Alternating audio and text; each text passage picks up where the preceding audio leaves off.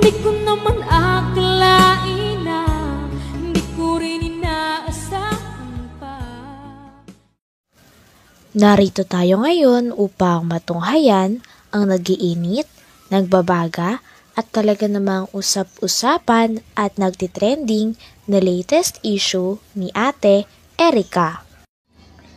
Sa pagpapatuloy ng ating istorya ay narito nga muli si Kalingap Val upang pag-usapan at upang maresolba ang problema ni Ate Erica sa pagitan ng kanyang lolo at ng mga pamilya na naiwan nila pagkatapos nilang magkaroon ng bahay at pera ng kanyang kapatid na si Sheila May. Dito nga ay sinasabi ni Kalingap Val na baka kaya nagagalit ang tita nila Ate Erica at bininyag sila ay dahil hindi sila sinama sa pera nila Ate Erica. Palpak kayo! Hindi si tita ang may kasalanan. Kayo! Bakit po?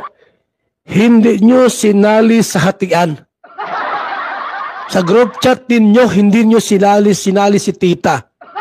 Palpak yung mga kilos nindo. Tuloy lumabas ang baho ni Erica at ni Diancy.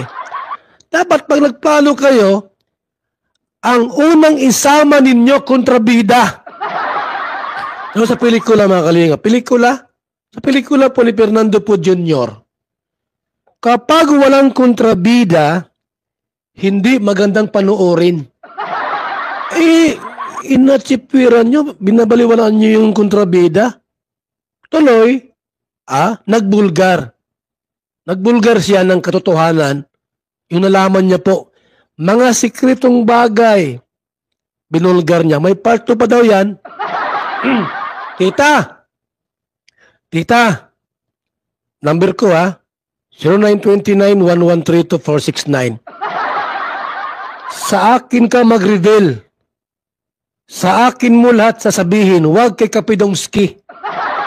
Maot na. Sinura honor na yan? Sinura honor. Huwag ka diyang sus! Sa akin ka na magdirekta. Wala man niyang kwintas si Nora honor. Si Kapidongski? Diyan ka ba naglalahad ng mga problema mo? Sa akin na, tita. Tita, pupuntahan kita sa inyo, Sabihin mo lahat sa akin yung mga baho nila. At bibili ako ng maraming pabango. Tuloy mo lang. Sa mukha. Kayo ang mga butog, wala kayong alam sa buhay namin, wala kayong alam sa pamilya ko, wala kayong alam sa magulang ko. Pumunta kayo dito sa bahay, hinatang kayo ng magulang ko kahit hindi na nakakahinga yung ina ko. Grabe naman yan, Kung ito man po'y totoo mga kalingap, kung ito po'y totoo, ako po ay labis pong nagdaramdam. Sorry tita sa aking mga pinag-review ka dito sa live na akala ko ganyan ka di pala.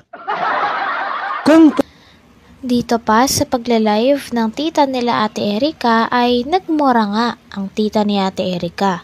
Minura ng tita ni Ate Erica ang e-lovers kasama na rin ang mga tumutulong kay Ate Erica dahil marami nga silang pinagsasabi na masasama at hindi totoo sa tita nila Ate Erica at sa pamilya ni Ate Erica. Buong pusong nagpapakumbaba sa'yo. Hinangaanak kita ng labis. Hinarapan kayo ng ayos, kinuhaan kayo ng buko, inintindi kayo, kinausap kayo. Grabe. Tapos palalabasin ninyo. Na kayo lang ang maghati-hati sa 500,000 ni John A. Hindi nyo kasi sinama ito. Ilaber, sino ang chairman, ang admin? Palpak kayo. Palpak kayo, ilabers. Hindi nyo isinama si tita sa inyong grupo. Wala kayong mga utak. Ang magulang ko, binulgar na kayo.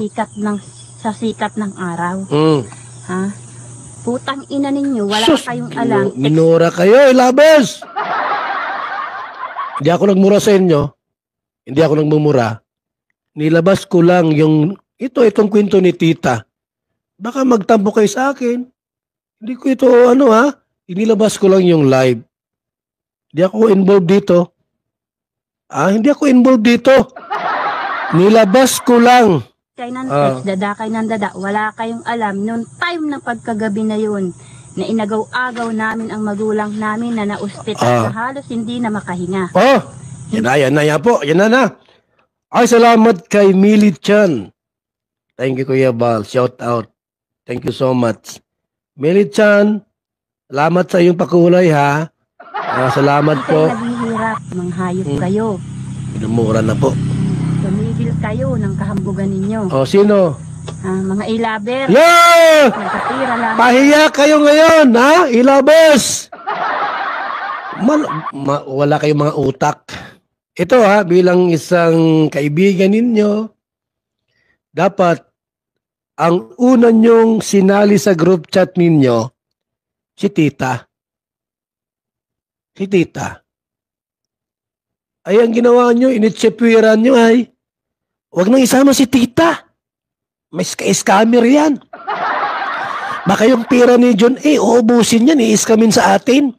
Yung tindahan nga, galing kay Erika yan. Ngayon, tumuga na. May part 2 pa daw yan. Tita, yung part... Talagang habang mas tumatagal nga, ay mas nagkakaroon na nga ng challenge sa pagitan ni Ate Erika at sa dati niyang pamilya sa pagreresolba ng away na ito. Patagal kasi ng patagal ay mas lumalaki na nga at mas lumalala na ang sagutan sa panig nila Ate Erika at ng kanyang pamilya na iniwan nilang mag-ate. Maayos pa kaya ang gulo na ito? At syempre, lagi na dyan si Kalingap Val upang tumulong. Walang kwenta. Sa akin mo sabihin lahat. Tapos, ang gawin ni Kapitongski, reaksyonan niya po. Marunong mag-reaksyon si Kapitongski. Puro kabutugan na lang ang ginagawa ninyo. Grabing ginawa niya. Na-ospital yung magulang ko, sinali ng dugo. Pero nasaan yung Erika ang sinasabi nyo? Nasaan yung Erika sinasabi ninyo? Wala. Nandun, naliligo sila sa ano? Saan? Sa San Pascual. San Pascual. Sabi nung iba, ano yung San Pascual na yon? Ito yung lugar ni Erika po, mga kalingap pa. Ito yung lugar ni Erika. Bundok yan, bundok gubat. Bundok gubat. Damuhan.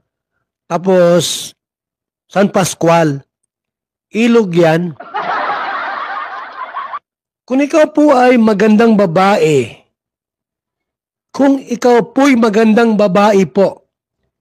hindi ka pupunta sa ilog. Saan ka pupunta? Dito po sa side na yan, malapit sa dagat, may mga resort dyan. May mga beaches, resort. Dapat, maganda ka, may beauty ka, doon ka pupunta sa mga resort.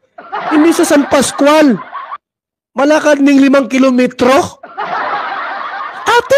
Ate, hindi mo ako na, ang daming gagamba dito, ang daming langgam. San Pascual po, mga kalingap, gubat yan. Kung maganda ka, sosyalira ka, bakit ka pupunta sa San Pascual, doon maliligo? Dapat doon sa harap ng bahay mo, ikaw ng mga beach resort. Doon sila, Kalingap Rab, nagpa-party-party. Bakit San Pascual? Nilalakad yung 5 kilometrong San Pascual na yan? Yan sabi ni Tita, na San Pascual kayo, naliligo sa ilog. Ano yung tambay? Tambay ba kayo? Yung mga tambay doon sa San Pascual naliligo. May dalang gin. Pero sabi, maganda si Erika. Gandang mukha. Hanggang dito na lamang muna ang ating nag-iinit, nagbabaga, pinag-uusapan at talaga ng mga nagtitrending na latest issue ni Ate Erika. Maraming salamat sa inyong panonood. Hanggang sa muli. Bye!